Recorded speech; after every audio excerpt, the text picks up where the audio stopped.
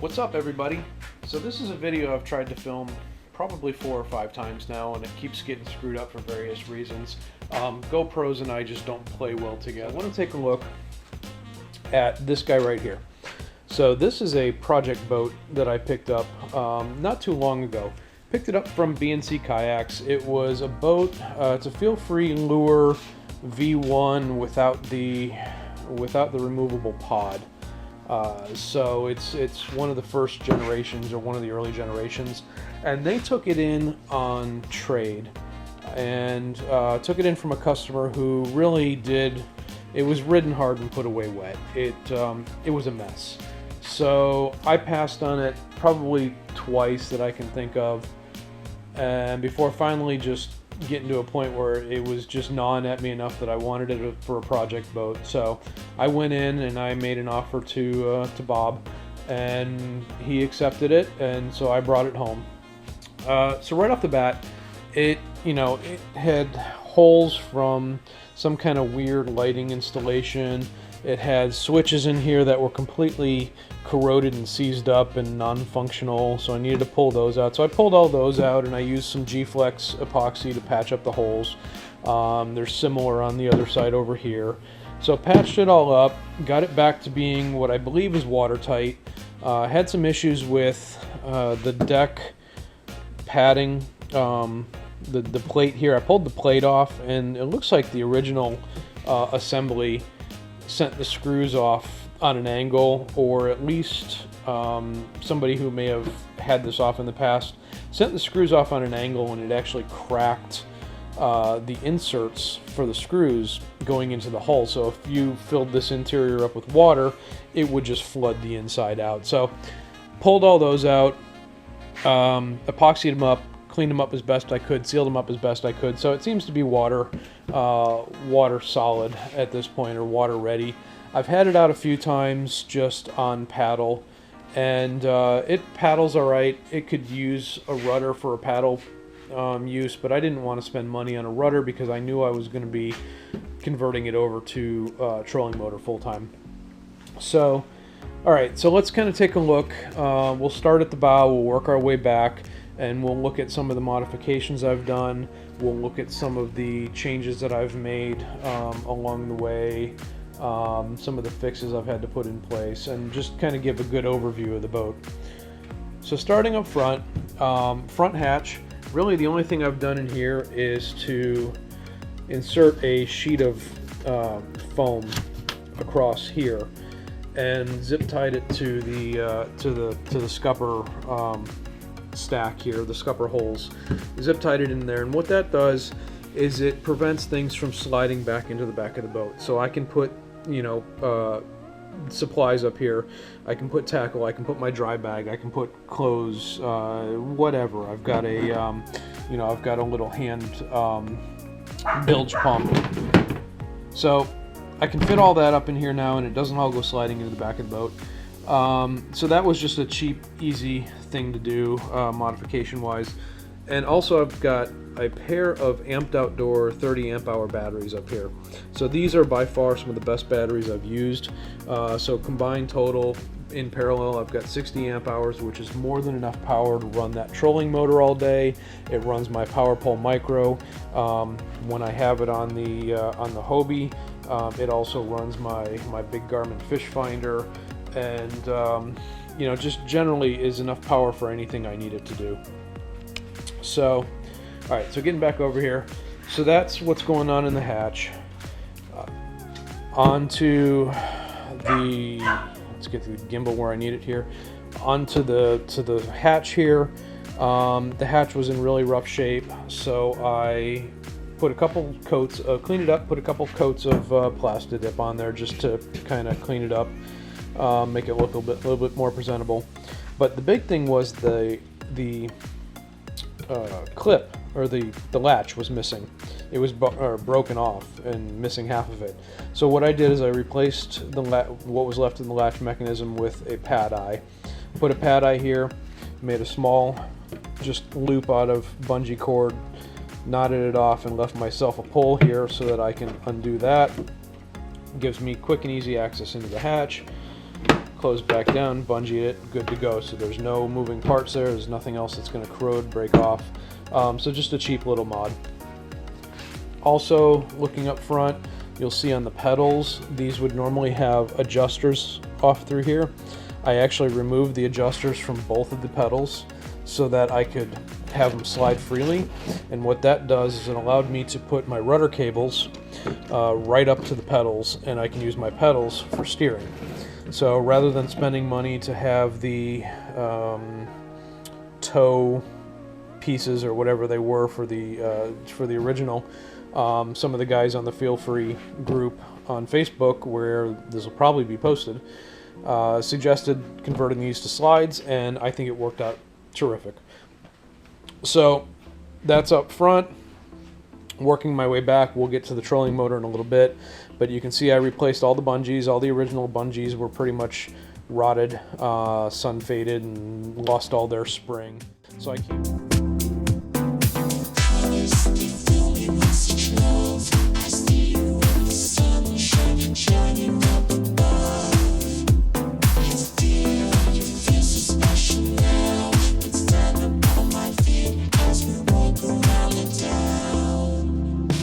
colors, they fill me with such love. I see you in the sunshine, shining up above.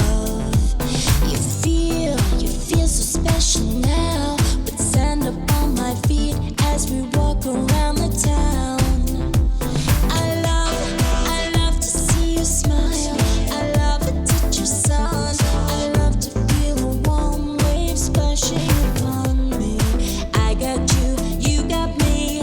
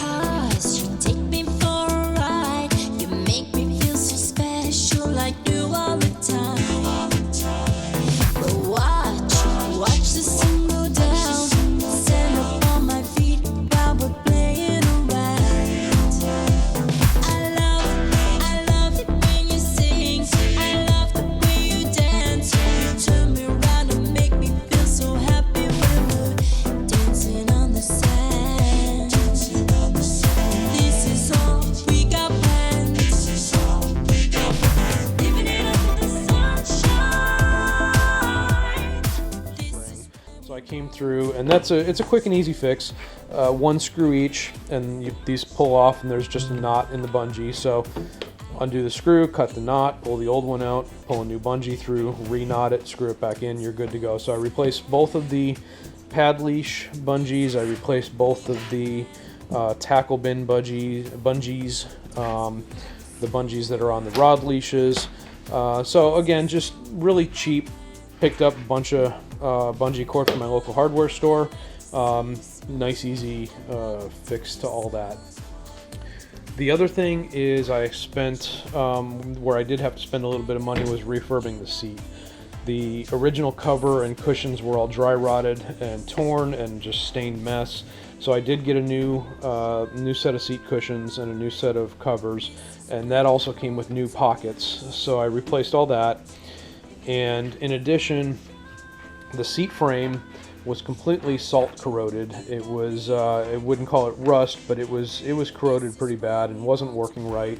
The spring mechanism for lifting and lowering wasn't working very well anymore. So I took it all apart, cleaned it all up, resprayed it with some black spray for now. I think at some point I'll probably get it pressure or powder coated rather, and got it to the point where the seat itself actually works and does everything as it's supposed to now. This is all we got planned. This is all we got planned. Dancing on the sand.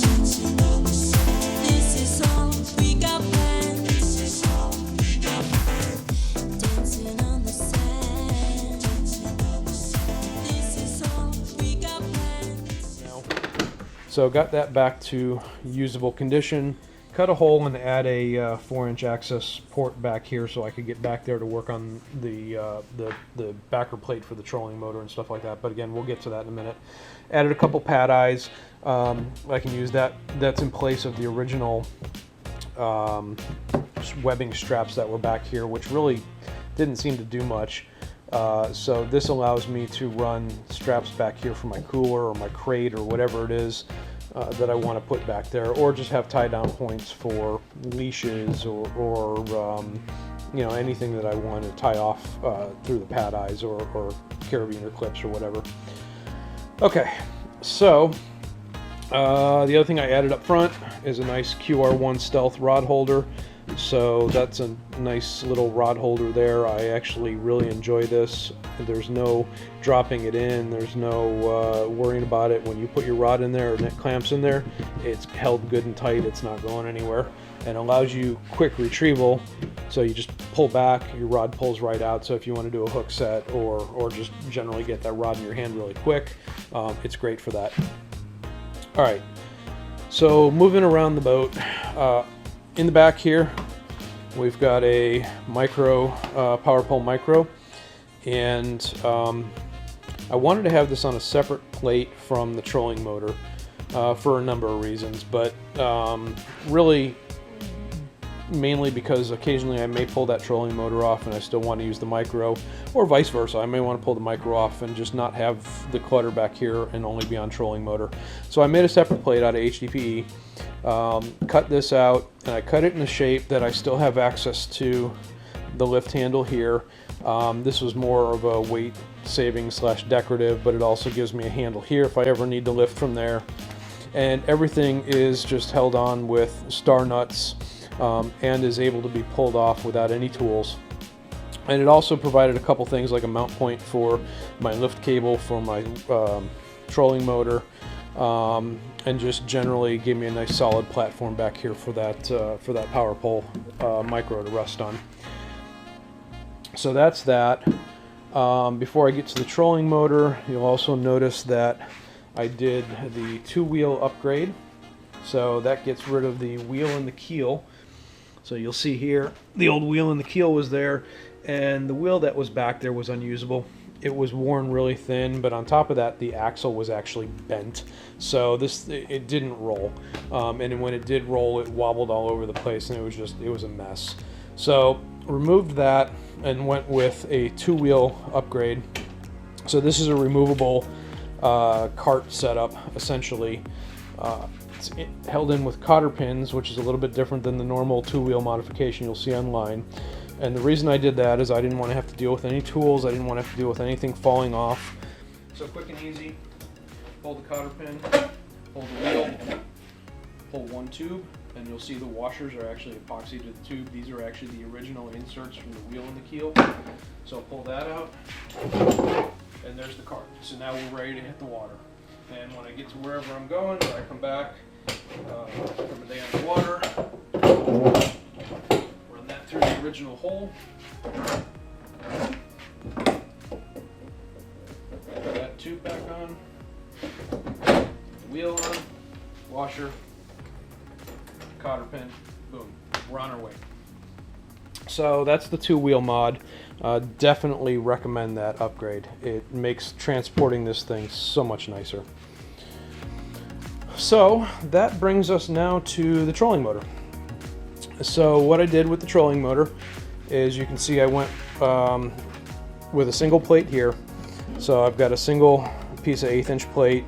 This is actually aluminum that runs up and attaches to, if I can get my gimbal right here, attaches to the original rudder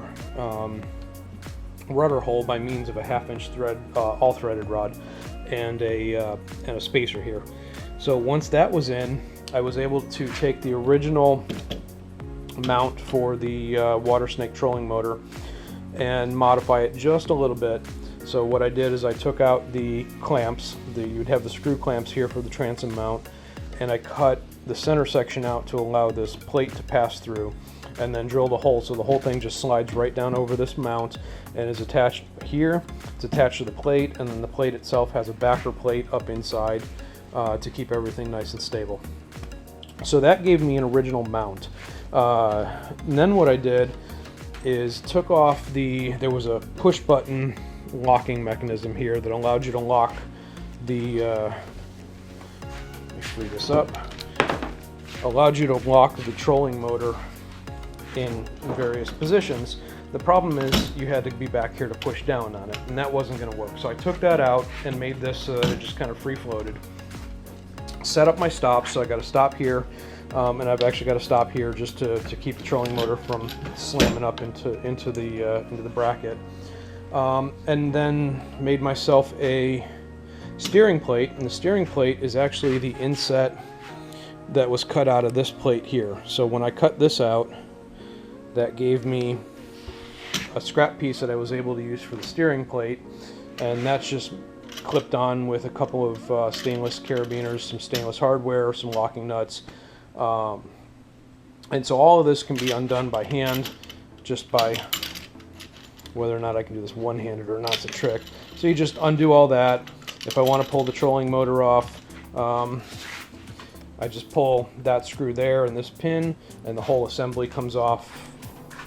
No problems whatsoever to pull that trolling motor out of there.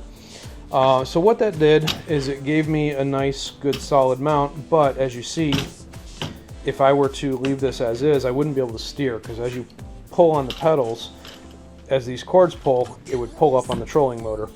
So I had to do a couple things. One, it was to rig up this line here. This line here attaches there with a little piece of bungee. So what that does is it gives me the ability to put some tension on, and it's just a little bit. I don't need a lot. It's just a little bit of tension. So you see, it holds the trolling motor in place, but it's also on bungee. So if I were to hit something, it has some give as well as still allows some lift. So if I get into trouble or shallow water, all this will kind of lift up or slide out of the way. But then if I want to lift the whole trolling motor, just pop this and then pull on this, drop it right there, and you can see back there the trolling motor is elevated. So drop that down, pull that, and I'm back on power again. So just to show you from up here, pop that out, and these are captured by this pad eye here, so they're not going anywhere. Grab that loop, grab that loop, drop it right there, and boom, my trolling motor is now elevated and out of the way. So that's kind of the mechanics of that. And then for wiring, everything's wired up 10 gauge all the way through the boat with XT60 connectors. These are 60 amp rated connectors that are used in a lot of higher power applications. Some of your heavy duty 8th scale RC and stuff like that. So I've got that wired up. And then on the front, it's connected to an actual trolling motor plug, because I use the same plug again on other applications like the Hobie and stuff like that. Is actually, you can see here that I've actually got I've got the same plug there, so if I want to move the trolling motor between boats, I can. So it's plugged in there, and then that gives me my control box. I think eventually I'll probably mount the control box somewhere off like this, but for now it's just kind of resting. And then that gives me infinite speed control, forward, reverse, all at my fingertips. And then, like I mentioned earlier, my steering is here, so when I've got tension on the trolling motor and it's in the down position, my steering works as it should. So I think that just about does it. I think that covers all the modifications I've done so far. Still got some other things in mind that I want to do to it. I'm just not quite sure where I want to start. I want to get this thing on the water and do a little bit of fishing with it. It's really, for me, it's going to be a shallow water boat. So the Hobie's great for deeper water. I can do a lot of inshore with it, especially at anything other than dead low tide. But if I get into dead low tide, we've got areas around here that we're talking inches. And the pedal drive just, you know, we get into those inches of water and I got to pull the pedal drive and paddle, and this thing just does not paddle well. It's just, it's big. It's a big tank. It's great. I love it. I can dance on the deck, but if I have to paddle it, it's not the most fun thing in the world to paddle. This whole design is designed to be paddled well, and it is designed to be shallow. So I can get this thing into inches of water. I can stand up and use it like a paddle board. I can sit down, paddle from an elevated position. I can even run the trolling motor at minimal depth and get around still in shallower water than I can with my Hobie. So really on the days when I'm going to be going out at dead low tides, negative tides, around here, this is going to be my go-to boat for that. So I'm kind of looking forward to that. Anyway, I think that about wraps it up. I can't think of much else that I haven't shown you on there. If you see anything and have questions about it, anything that I've done or anything on the boat and have questions, hit me up. Otherwise, as I do more mods going forward, I'll do some little update videos along the way and kind of show any updates. So until next time, guys, tight lines.